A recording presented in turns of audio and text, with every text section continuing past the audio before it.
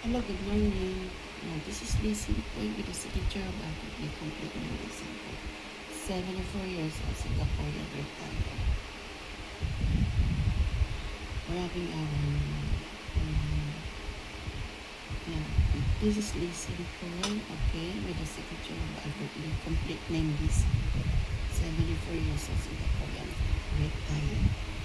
Okay, we're having our family brunch at Dome Black Fort, the World Cup Singapore.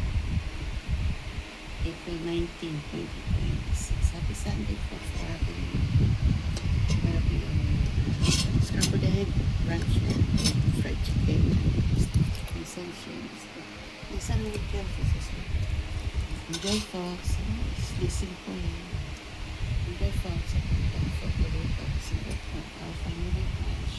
April 19, 2026. Enjoy Singapore.